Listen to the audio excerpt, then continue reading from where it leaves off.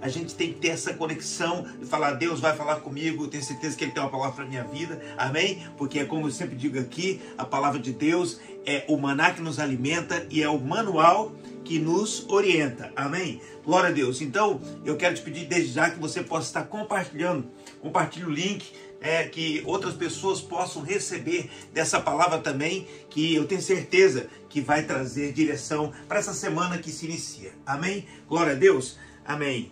E amanhã aqui nos Estados Unidos é o holiday, o feriado do Memorial Day. O que é o Memorial Day? É um dia em que se honra a memória dos soldados mortos, né? Dos soldados americanos mortos. Então é um dia que ao mesmo tempo tem uma certa tristeza, né? No ar, mas também é um dia de recordação, de honra, né? Os pais vão ali, os familiares vão trazer à memória os feitos daquela pessoa, não é isso? Então é um dia bastante importante. Você vê, tem bandeirolas, né, nos cemitérios, né? Você vai, passa, é um cenário que é bonito, né? Porque é uma coisa de honra. Então tem aquelas bandeiras que lotam os cemitérios. É um dia muito importante aqui, né? E eu quero aproveitar então esse dia que acontece, que é o Memorial Day, para trazer para vocês hoje uma palavra sobre um grande soldado. Eu considero um grande soldado do reino de Deus, né? Um grande soldado, o profeta Eliseu. Eliseu, que foi discípulo de Elias, não é isso? E é alguém que fez história enquanto vivo e fez história, inclusive, depois de morto. Como é que é isso, bispo? Vamos ler aqui? 2 Reis, capítulo 13, versículo 21. Olha o que diz aqui, 2 Reis 13, 21. E sucedeu que, enterrando eles um homem, eis que viram uma tropa e lançaram o homem na sepultura de Eliseu. E caindo nela, o homem, tocando os ossos de Eliseu, reviveu e se levantou sobre os seus pés. Uau! Que coisa fantástica, querido, coisa fantástica. Vamos orar, eu quero compartilhar essa palavra com você. Amém?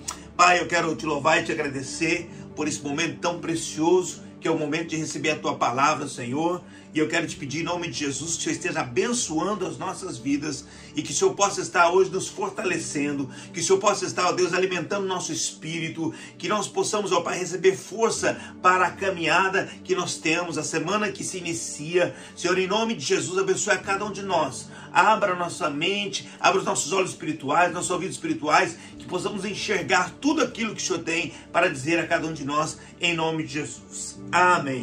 Amém, querido. Glória a Deus. Muito bem, eu coloquei aqui que essa passagem é um tanto quanto diferenciada na Bíblia. Por que ela é diferenciada? Por quê? Porque, como outras passagens, ela fala de milagre, né? E como outras passagens, ela fala inclusive de milagre de ressurreição, né? Então nós encontramos na Bíblia algumas passagens que falam sobre ressurreição, tanto no Velho Testamento, com Elias, com Eliseu, quanto no Novo Testamento, né, com Jesus e os apóstolos, né? Então, assim, traz milagre, traz ressurreição, mas tem um diferencial. E qual é o diferencial dessa passagem? O diferencial é que quando nós olhamos na Bíblia, nós vamos encontrar o quê? Resposta de oração, nós vamos encontrar curas, vamos encontrar livramentos, vamos encontrar multiplicação de alimento, vamos encontrar a natureza entrando no contexto de milagre, mar se abrindo, né? A água saindo da rocha. Quer dizer, nós estamos encontrando na Bíblia várias coisas, vários milagres. Mas tudo isso parte de um pressuposto. Qual é o pressuposto? Existe alguém que está vivo e que esse alguém está orando, fazendo essa oração, pedindo para que isso aconteça. Ou Deus está declarando o milagre e ele acontece, ou os homens estão declarando os milagres e eles estão acontecendo. Estamos encontrando o quê? Esse contexto da vida acontecendo, né? E aí o milagre acontecendo a partir de alguém que está vivo. Agora aqui não. Aqui é que a gente encontra uma coisa que foge ao nosso senso, né? Parece que não encaixa bem. Por quê? Porque, apesar de estar falando do profeta, mas não estamos falando do profeta em si, mas estamos falando do quê? Dos ossos do profeta. Nós estamos falando de algo que é depois da sua morte, né? Então o profeta já morreu, ele não tem condições de profetizar nada, ele não está profetizando um milagre. Ele declarou o milagre muitas vezes enquanto vive, mas agora não, ele está morto, ele já partiu dessa terra. E são os ossos dele que estão ali. E esses ossos, ao serem tocados, né, quer dizer, os ossos estão ali, e quando um cadáver toca aqueles ossos, aquele cadáver recebe vida. E aí o milagre aconteceu. Meu Deus, que coisa. Então, é tremendo, é uma coisa tremenda. Mas, se Deus permitiu isso, é que Deus queria nos ensinar algumas coisas. Amém, querido? Eu quero aprender com você algumas coisas que a palavra nos ensina nessa noite. Amém, querido? Primeira coisa é que Eliseu era discípulo de Elias. E ele chama Eliseu, e Eliseu começa a acompanhá-lo, e está muito perto dele, está muito próximo, acompanhando, né, o seu passo a passo. E aí Elias, ele dá um desafio para Eliseu. Qual é o desafio que ele dá para Eliseu? Olha, Eliseu, se você estiver próximo de mim o suficiente para que quando Deus me levar, porque Deus vai me levar dessa terra, quando Deus me levar, se você for testemunho desse momento, então você vai receber porção dobrada do meu espírito. Meu Deus, que coisa, hein? Olha que promessa tremenda. E aí, Eliseu não larga mais Elias, né? Onde Elias vai, Eliseu está com ele, está junto dele o tempo todo. Deus leva Elias. E o que? Eliseu vê esse momento, é testemunho desse momento em que Elias é levado um redemoinho, né?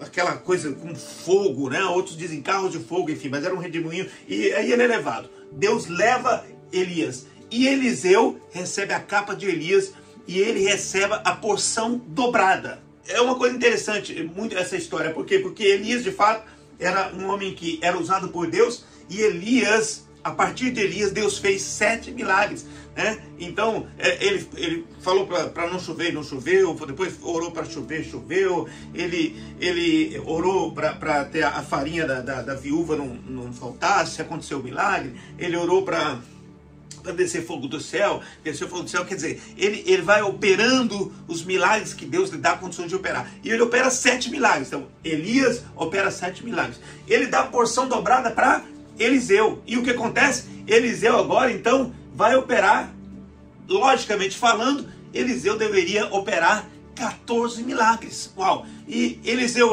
é usado por Deus? É muito usado por Deus.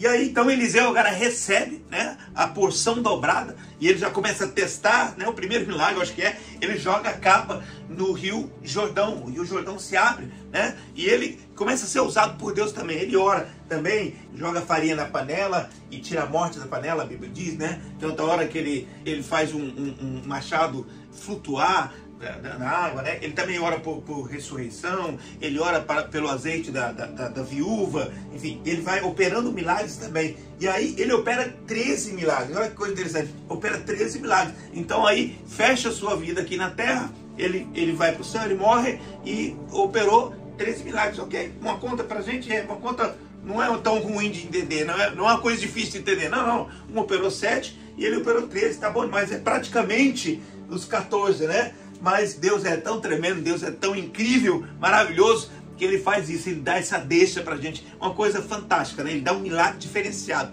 E aí, então, depois da morte de Eliseu, tá lá, tá os seus ossos, né, numa sepultura, e um dia alguém é jogado lá nessa sepultura, e quando o cadáver bate, né, o cadáver recebe a ressurreição, recebe o milagre. É uma coisa tremenda, fora de série, né? Agora, eu acho que a primeira coisa que a gente tem que colocar aqui é o seguinte, que a promessa era uma promessa de Deus sobre Eliseu. E aqueles ossos têm relação com Eliseu. Não tem relação com Eliseu vivo, tem relação com Eliseu morto, mas tem relação com Eliseu. Amém, querido? Então, entenda, tem coisa que Deus vai fazer e que não necessariamente tem a ver com o nosso momento de vida aqui na terra, mas tem a ver com a nossa pessoa, amém? A Bíblia diz, o sangue de Abel ainda fala. Quer dizer, não tem a ver necessariamente com o fato de Abel estar na terra, né? Não tem a ver com Eliseu estar na terra. A promessa se cumpriu, o quarto milagre aconteceu.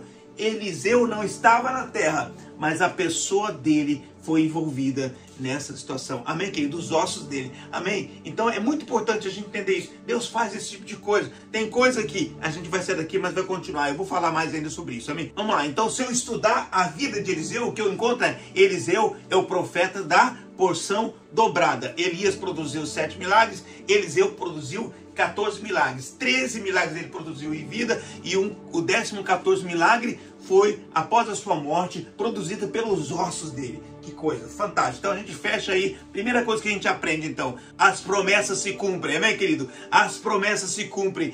Elias profetizou, você vai ter porção dobrada. E essa porção dobrada, de fato, fez com que 14 milagres se realizassem a partir de Eliseu. Amém, querido? Semana passada eu falei das coisas loucas, né? As coisas que Deus usando a sarça, Deus usando as coisas loucas desse mundo, Deus usando a jumenta, Deus usando os corvos que alimentaram, inclusive Elias, que eu estou comentando hoje aqui, né? Então esse 14º milagre passa a ser dessas coisas loucas para confundir as sábias, tá bom? Mas vamos fechar então isso aqui, amém? Agora eu quero trazer uma coisa que alegoricamente é fantástico, porque nesse texto ele fala de um milagre que é depois da morte. Uau, que coisa! Então, de forma alegórica, eu quero dizer para você, tem coisas que não dependem da vida para acontecer, depende da morte. Uau, que coisa, está me assustando, bispo. Não. Tem coisa que depende da morte para acontecer e não da vida. Por quê? Porque a morte, a vida tem relação com muitas coisas. Quando a gente fala vida, a gente sempre pensa assim, vida, coisa boa, vida, coisa positiva, né? Não, tem vida que é negativa. Como é isso? Tem vida que é negativa, né? O vírus, o Covid, né? Enquanto o vírus vivo, ele é positivo ou negativo? Ele vai gerar morte. Então não é uma coisa positiva, não é uma coisa que a gente gostaria, né? E a Bíblia diz então que nós devemos matar algumas coisas. Olha que coisa interessante, né? A Bíblia diz que a gente deve matar, por exemplo, a carne. A nossa carne tem que morrer, amém? A gente tem que crucificar a nossa carne. Então, enquanto a carne está viva, muitos milagres não acontecem. Enquanto a nossa natureza carnal, a nossa natureza vencida pelo pecado, ela está dominando sobre nós, não existe milagre. Quando nós matarmos nossa carne, nós vamos ressuscitar o nosso espírito também. Nós vamos mortificar o nosso orgulho, vamos dar vida à nossa humildade. Nós vamos mortificar o nosso medo para darmos vida à nossa fé. Amém, querido? Então a nossa existência exige essa atenção sobre morte e vida. Porque toda vez que pensamos vida, pensamos em tudo positivo. Não. Tem coisa que é negativa e que precisa morrer. O velho homem é uma coisa negativa na nossa vida. E o velho homem tem que morrer. Para alguns milagres acontecerem, nós precisamos o quê? Matar, enterrar, sepultar o velho homem e dar vida ao novo homem. A vida cristã tem um início dentro dessa questão. Simbolicamente falando, o batismo representa isso. Quando nós imergimos, estamos ali matando a velha vida. Quando nós submergimos, nós estamos o quê? Ressuscitando para uma nova vida. Amém, querido? Eliseu não sabia, mas o 14º milagre era um milagre que viria depois da sua morte. Uau! Tome isso para a sua vida. Tem coisa na sua vida, na minha vida, que virá depois da morte de muitas coisas na nossa vida. Amém? A outra coisa importante que eu coloquei aqui é sobre herança. Amém, querido? Por quê? Porque herança é aquilo que nós deixamos para ser utilizado ou para ser desfrutado depois da nossa morte. A herança é uma coisa que se é desfrutado depois da nossa morte. Acho que o filho pródigo se deu tão mal. Por quê? Porque ele quis desfrutar de algo que não era para ele desfrutar. Amém, querido? Naquele momento, não. O filho pródigo se deu muito mal porque ele quis desfrutar uma herança com seu pai vivo. Não. Herança é algo que a gente desfruta depois da morte. Alguém está disputando uma herança é porque alguém morreu e depois da sua morte ele deixou uma herança para ser desfrutado. Amém, querido? Glória a Deus. A herança é algo dessa forma. Amém? Então, é algo que a gente luta no dia a dia. Eu não sei, você acredita que você também. Eu e você, nós geralmente lutamos duas coisas. Primeiro, para que nós possamos desfrutar bem na terra. Nós conquistamos algumas coisas para que possamos desfrutar bem na terra.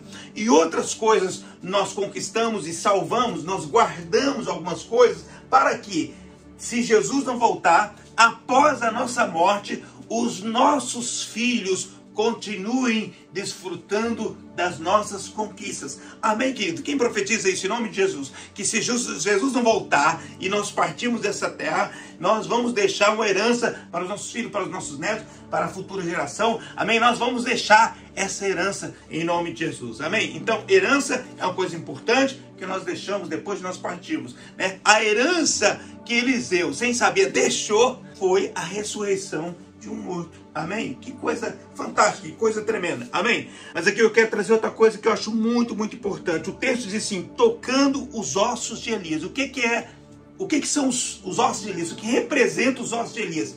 Os ossos de Elias representam aquilo que permaneceu. Querido, os ossos de Elias é aquilo que continuou, sabe? Porque não diz tocou o corpo de Elias, né? Não diz tocou a pele de Elias, não diz tocou a carne de Elias, não diz tocou a cabeça, não diz tocou os olhos, não.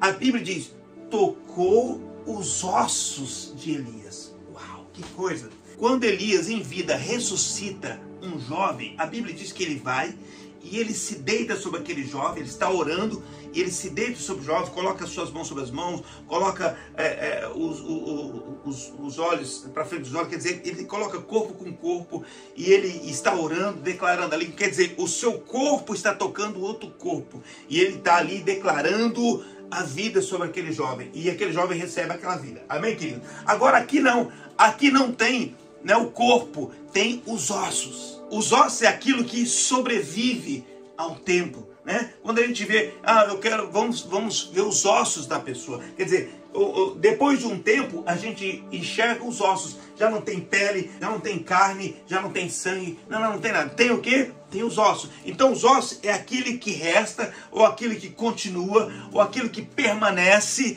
E com isso eu quero falar sobre legado.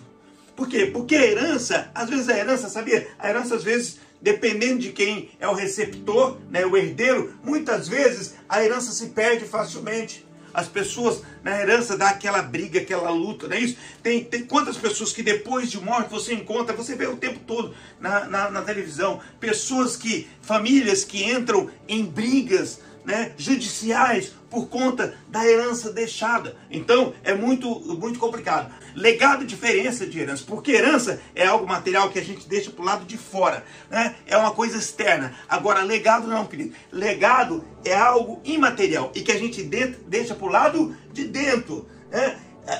Legado é algo que você pode deixar para cada pessoa e ninguém precisa tocar. Entenda uma coisa? Legado você pode deixar para várias pessoas e elas não precisam brigar entre si sobre o legado. Legado é algo que você coloca dentro de cada indivíduo e cada filho, e cada um pode guardar esse legado, levar esse legado para frente. Esse legado é algo que pode ser multiplicado, mas ele não vai ser destruído, está dentro. Então, ele não precisa ter briga por causa disso, como a herança. Então, o legado é uma coisa muito, muito importante. Eu diria que é mais importante que a herança. A herança pode acabar, mas o legado pode permanecer. O legado vai permanecer em nome de Jesus. Amém, querido? Então, esses ossos, para mim, representam o legado que nós podemos deixar nessa terra. Quando nós partimos dessa terra, se Jesus não voltou, quando nós partimos dessa terra, nós temos que deixar algo que vai permanecer dentro das pessoas. Essa era a preocupação de Paulo, essa era a preocupação de Pedro. Quando eles oravam, eles diziam: olha, nós estamos partindo já, mas nós queremos deixar para você essa palavra, nós queremos que vocês lembrem-se dessa palavra, não se esqueçam dessa palavra, disso que nós estamos trazendo para a vida de vocês. Isso é fundamental, isso é importante demais. Coloque dentro do coração de vocês, guardem dentro de vocês isso. Por quê? Porque nós vamos partir, mas nós queremos que isso permaneça. Amém, querido? Nós temos esse desejo, que mesmo nós partimos, que fique algo dentro das pessoas. Amém, querido? Então, é muito importante isso aqui, esses ossos, porque ele fala justamente daquilo que vai permanecer. Muitas coisas podem se esquecer a respeito das pessoas. Muitas coisas podem se esquecer a respeito de você, de mim. Mas muitas coisas vão permanecer. Por quê? Porque é um legado que é deixado. Amém, querido? E é isso que a gente precisa trazer para nossas vidas. Eu marquei aqui, ó, legado é aquilo que deixamos dentro das pessoas. Como os ossos que são capazes de perdurar mesmo após a nossa morte, precisamos deixar um legado para nossos filhos, netos, bisnetos. Nós precisamos deixar o quê? Valores, princípios, fé, a força de Deus dentro das pessoas, para que mesmo depois de nós partirmos, elas possam se lembrar de tudo que nós falamos, elas possam trazer para suas vidas aquilo que nós falamos, elas possam entender que nós somos soldados, como amanhã no Memorial Day, as pessoas vão lembrar daquilo que os soldados fizeram lutando. Então eu quero deixar um legado para que as pessoas se lembrem daquilo que eu fiz para Deus, não para mim, para Deus, aquilo que eu fiz lutando pelo exército de Deus. Eu quero que as pessoas, eu quero que os meus filhos, eu quero que a minha futura geração se lembre daquilo que eu fiz para o reino de Deus, em nome de Jesus. Amém, querido? Glória a Deus, amém? Mas eu quero encerrar dizendo justamente que esse milagre para mim, ele é tão diferenciado que ele traz duas coisas que para mim são muito importantes. Eu quero fechar com isso então. A primeira coisa é que esse milagre aconteceu após a morte de Eliseu. Amém? Então, ele veio depois da morte, foi gerado pelos ossos de Eliseu, né? Mas o mais importante para mim não é porque ele foi gerado após a morte tão somente, mas é que ele não apenas gerou um milagre, que é uma coisa tremenda, fantástica, mas ele gerou um milagre específico. Amém? Não foram os ossos que foram jogados numa água e a água sararam. Não foram os ossos que foi colocado num lugar e multiplicou alimento. Não foi ossos que foram pegos por pessoas e a pessoa foi curada. Não foi ossos que jogou num rio e o rio se abriu. Não. Esses ossos têm um milagre específico. E o milagre específico é ressurreição ou vida. Vida novamente. Amém, querido? É um milagre que parte da morte e que gera vida. Amém? Agora, como Elias, que profetizou porção dobrada para Eliseu, eu quero profetizar vida para cada um de nós. Amém? Eu quero profetizar vida para você e para mim. Eu quero profetizar vida para nós, para a nossa família e para nossa futura geração. Eu quero declarar o futuro em nome de Jesus. Amém? E o que eu quero declarar, querido? Quero declarar sobre você, quero declarar sobre mim, que aquilo que nós estamos gerando hoje, aquilo que nós estamos produzindo hoje nas nossas vidas, aquilo que nós estamos plantando hoje, mesmo depois da nossa morte, elas continuará falando, como o sangue de Abel que fala, depois da sua morte. Assim também, como os ossos de Eliseu, que fizeram um milagre depois da sua morte, eu quero declarar em nome de Jesus. Nós vamos deixar herança, nós vamos deixar legado, amém? Acima de tudo, nós queremos deixar uma palavra de vida para as gerações futuras, em nome de Jesus, amém? Se Jesus não voltar e eu partir dessa terra, eu profetizo que as minhas filhas, meus netos, meus bisnetos, minha futura geração, receberão, ao tocar na minha herança, ao tocar no meu legado, elas vão receber vida e vida em abundância em nome de Jesus. Amém? Eu quero declarar que toda e qualquer pessoa no futuro que tiver contato com todo e qualquer material que eu tenha deixado, ela vai tocar e vai receber vida em nome de Jesus. Amém, querido? Eu quero profetizar que qualquer pessoa que no futuro assistir a um vídeo como está assistindo hoje, assistir um vídeo de uma palavra minha, ouvir uma canção que eu gravei como um abraço especial, ler um livro que eu escrevi como Bois Levitas, uma pessoa que tiver acesso a um tweet, uma pessoa que tiver acesso a um post no Instagram, no Facebook ou em qualquer plataforma futura que vier existente, a uma pessoa que vai assistir a Rota 66, qualquer pessoa que tiver contato com a estrutura que eu deixei, ela vai receber vida em nome de Jesus. Amém, querido? E profetizo sobre você, em nome de Jesus, você vai deixar algo em que as pessoas vão tocar e receber vida em nome de Jesus. Pessoas que estavam sem esperança, pessoas que estavam sem vida, pessoas que estavam sem força para viver, elas vão tocar aquilo que você deixou e elas vão receber vida em nome do Senhor Jesus. Amém. Glória a Deus. Aleluia. Querido, eu sou doador de órgãos. Eu acredito que muitos de vocês são.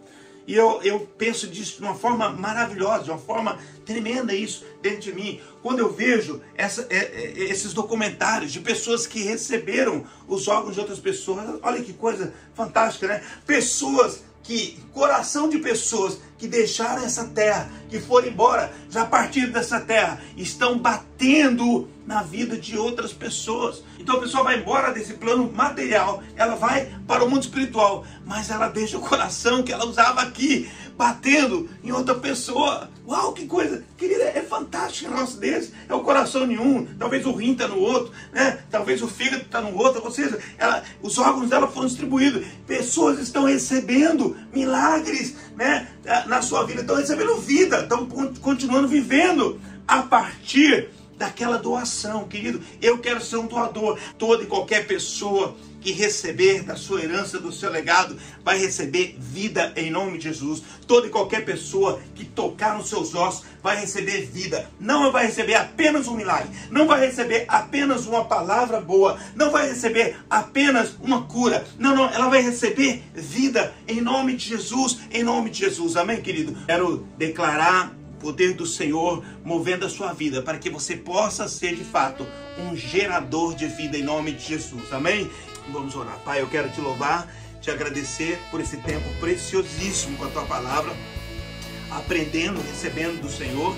E eu quero profetizar em nome de Jesus, ó Pai, que nós seremos geradores de vida, não apenas agora, quando estamos em vida, mas nós vamos deixar algo tão tremendo, vamos deixar um legado, vamos deixar uma herança em que as pessoas serão abençoadas tremendamente em nome de Jesus. Eu quero declarar a Deus que em nome de Jesus, teus filhos serão aqueles que deixarão vida para os seus filhos, netos, bisnetos, sua futura geração. Em nome de Jesus, eu quero declarar que nós deixaremos milagres, nós deixaremos bênçãos em nome do Senhor Jesus. Nós queremos declarar que aquilo que nós deixarmos nessa terra será algo tão precioso que vai gerar aquilo que o Senhor espera para as pessoas. Em nome do Senhor Jesus, eu declaro vida sobre as famílias, sobre os casamentos. Eu quero declarar vida sobre os filhos, vida sobre os pais, vida sobre os irmãos, em nome do Senhor, sobre os cônjuges. Põe a tua mão sobre todos nós. Em nome de Jesus, declaro a bênção do Senhor.